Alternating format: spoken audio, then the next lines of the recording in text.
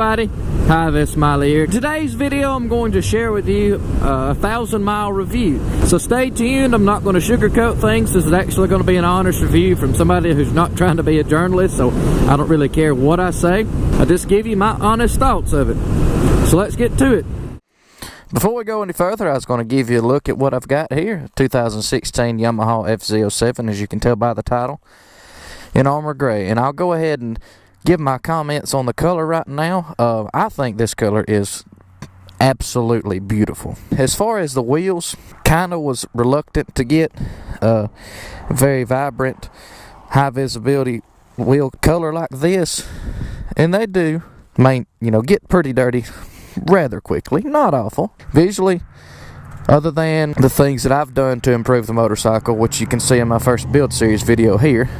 I think that the motorcycle is absolutely perfect. With that, let's get back to the riding portion of this video. I figure I'll have an immediate flat upon leaving this place. I'm in an awful spot in the road. I'm just going to have to send it, really.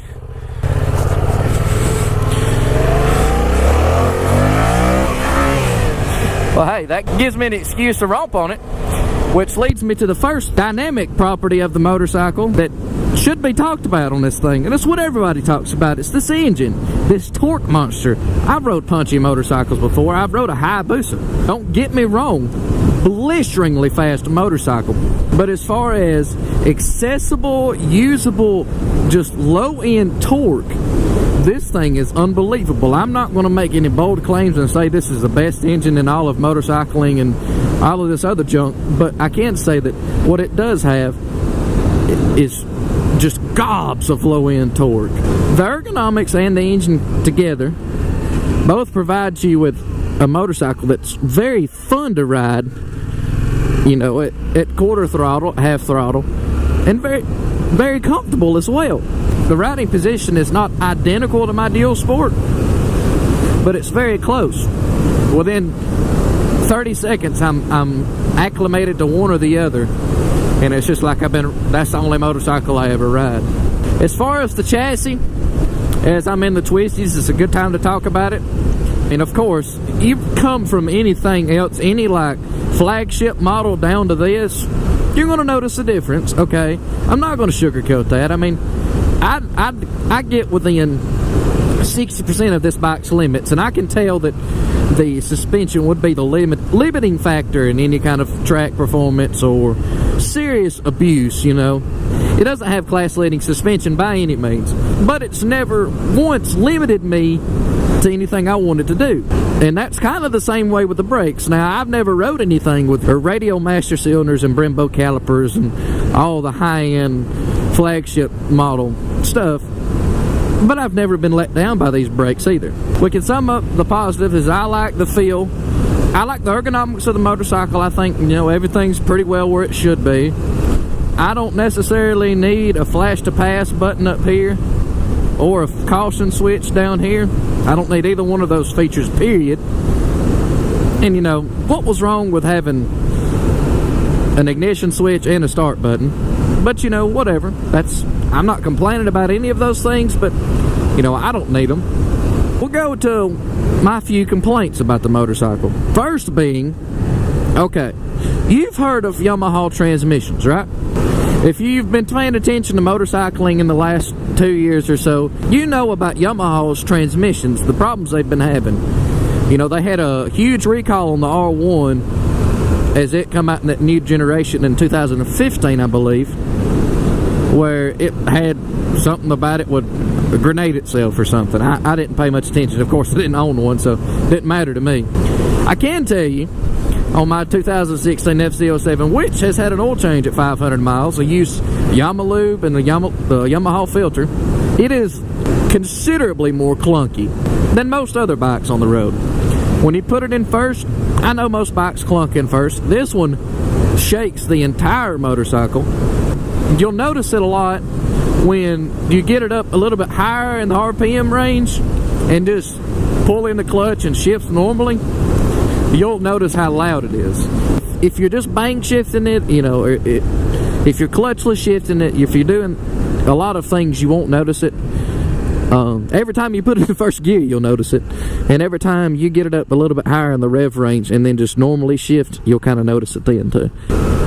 It's not an issue to where I would want to trade the motorcycle in or take it into the dealer for servicing, like try to say that there's a warranty concern. I think it just comes along with the territory and how Yamaha apparently can't put a transmission together that well, or can't engineer one well. But it's something to be considered. A lot of the journalists won't tell you that. You know, they'll tell you all about the motor. They'll tell you all the things that Yamaha tells them, but they won't tell you that the transmission's clunky. You know, and it may be mine. Like I say, it's not bad enough that I would want to take it in and, you know, perhaps risk them turning every nut and bolt on my motorcycle. But, you know, I told you I was going to be honest, and there it is. Now, I can honestly say that's about my only complaint. That brings us to the question. Would I recommend this motorcycle to someone? The long answer to a short question is, this motorcycle could fit and have a place in just about any garage. The lack of a top-end rush and makes me believe that it would be very good as a first motorcycle. Maybe one that you might want to take a little bit of caution to. But, you know, it's got a really long throttle throw, so I don't think that it's really snappy.